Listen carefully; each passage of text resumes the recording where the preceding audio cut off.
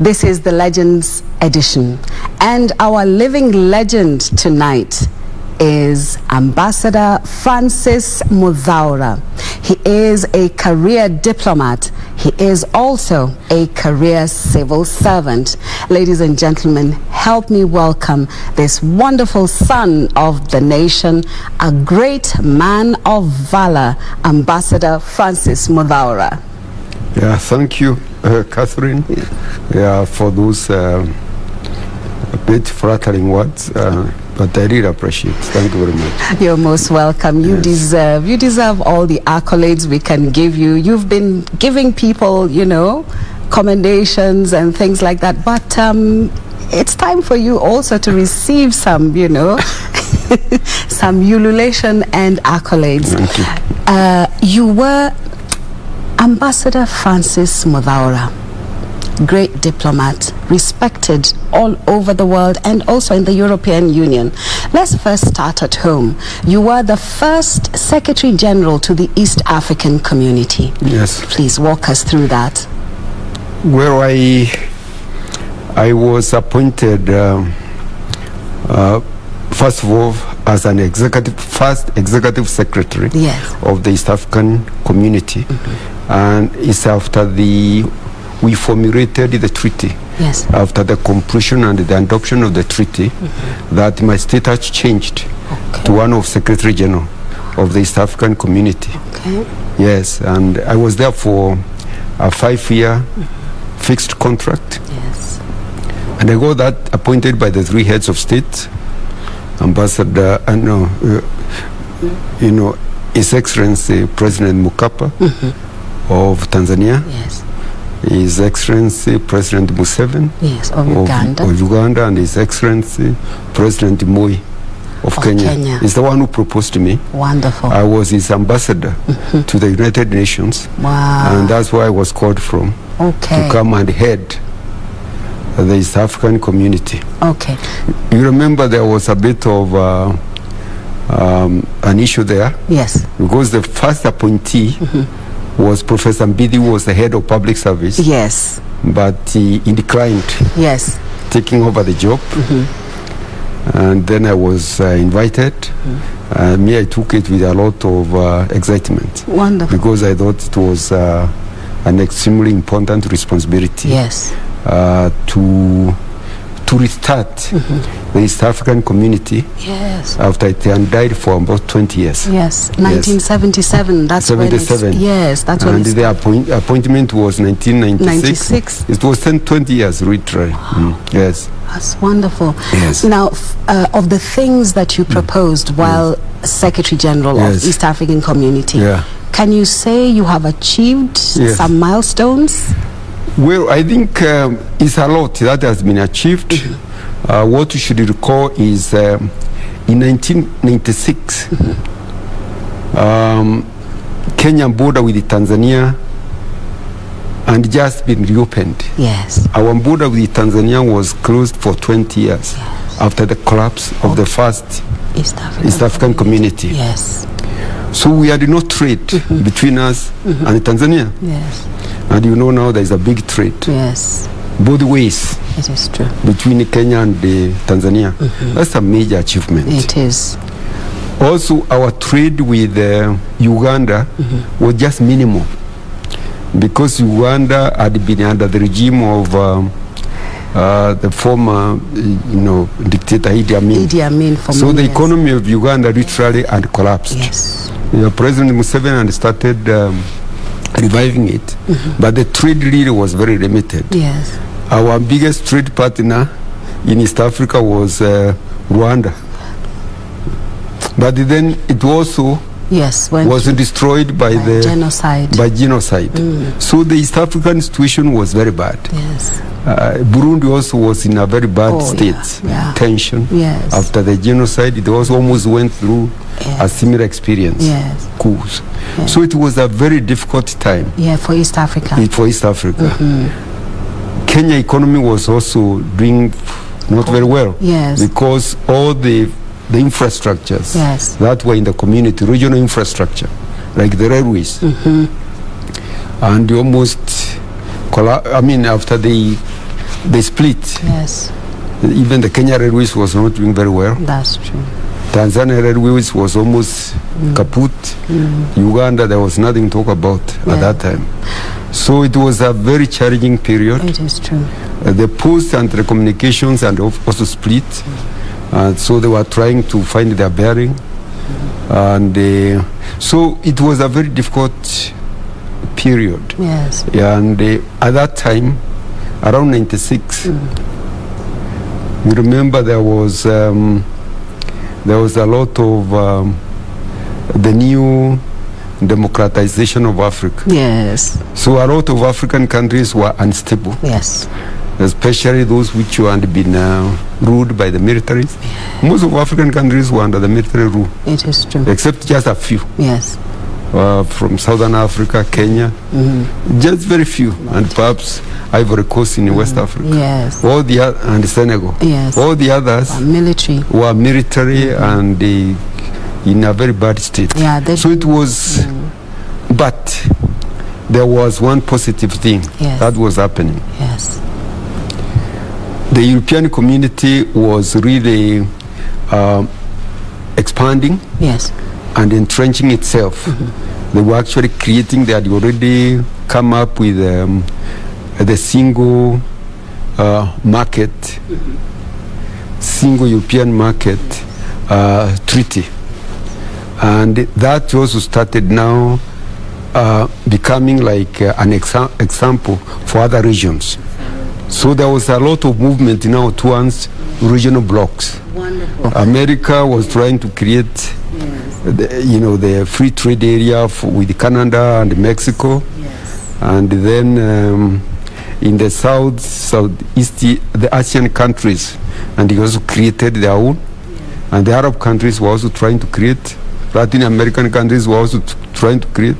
So when we started the community, group environment was very positive Wonderful. Now, just for regionalization. hold that thought. Yes. I want to talk about your mission Yes. in Belgium. Yes. You were Kenya's High Commissioner or Ambassador Ambassador in Belgium. to the European Union, Yes. to Belgium, Yes. and to Luxembourg. Wonderful. Yes, So your involvement with the European Union, yes.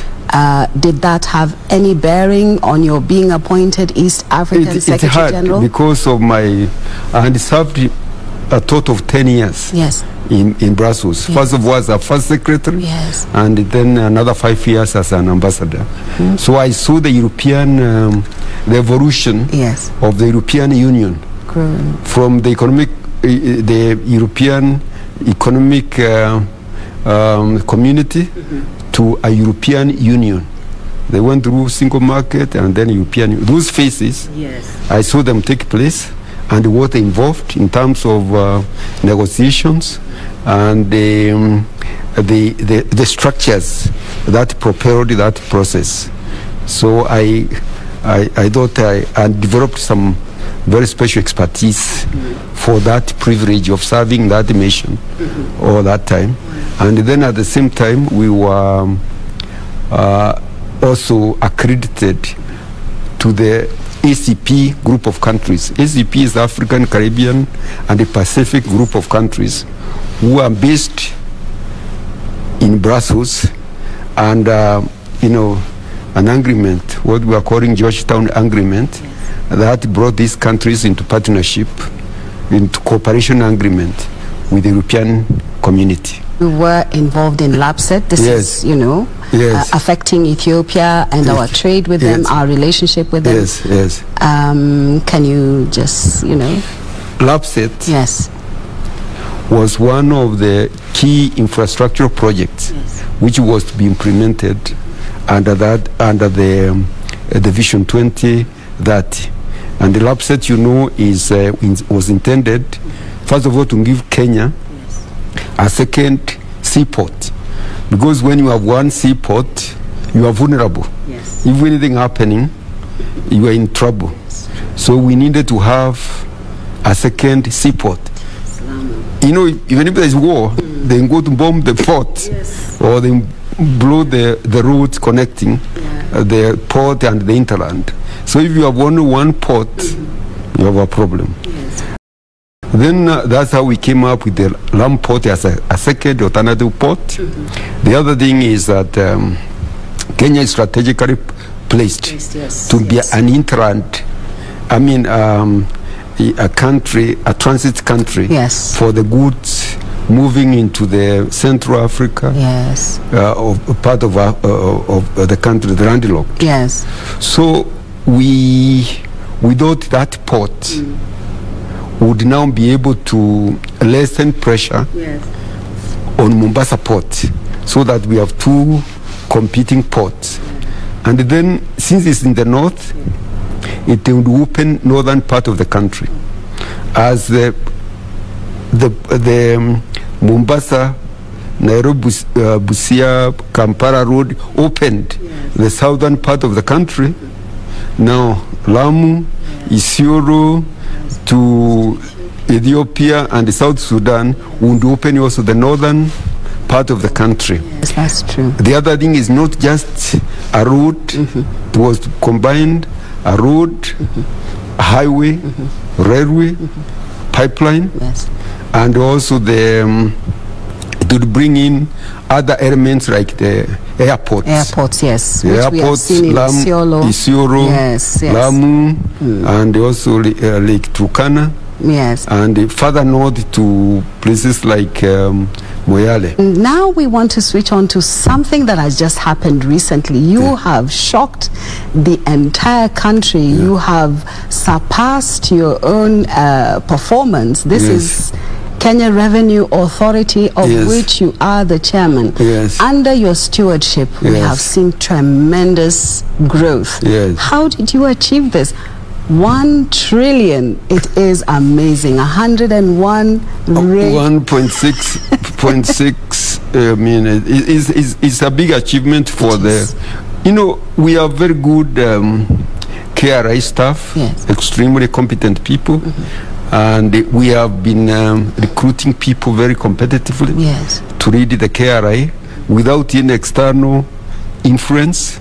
Incidentally, the top, apart from the CEO, the top 2 officers who are responsible for collection of, they are women. The Commissioner for Domestic Taxes, that's the one who collects most of the taxes. Commissioner for, for Customs, that's the second, is also a lady. So you can see we are very, very liberal in the KRI. And then we have a very good board, very professional board, which is very independent and not influenced by anybody.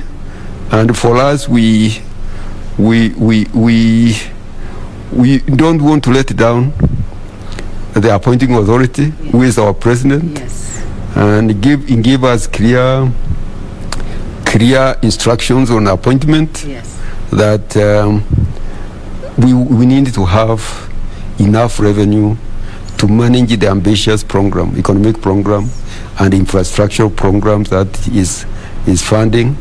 So we work like a team, both the management, the board, and even the Minister of Finance is really very supportive. The Minister of Finance, whenever we want, we have resource problems, is very responsive, and we are very grateful for that. Ambassador, oh my goodness, you have so much to share with Kenyans. Time is not on our side, but we are so privileged to have you, and we pray that you will come back again, to just walk us through a few things we need to understand about the nation and also appreciate about our nation. Thank you so much for gracing. I appreciate for gracing the Living Legends. Thank you very much. Thank you, sir. Thank you. Thank you so much for spending time with us on the Living Legends. Ladies and gentlemen, we were hosting our one and only Ambassador Francis Muthaura, who has been a great career diplomat, who has also been a great career civil servant, steering the nation in the way that it should go. He's a great man of valor. That's what I call him. I know quite a number of you call him that. Very humble, down to earth, but oh my, he moves mountains. He is a mover and a shaker. Thank you so much for being with us on this show. And, well, next is sports news.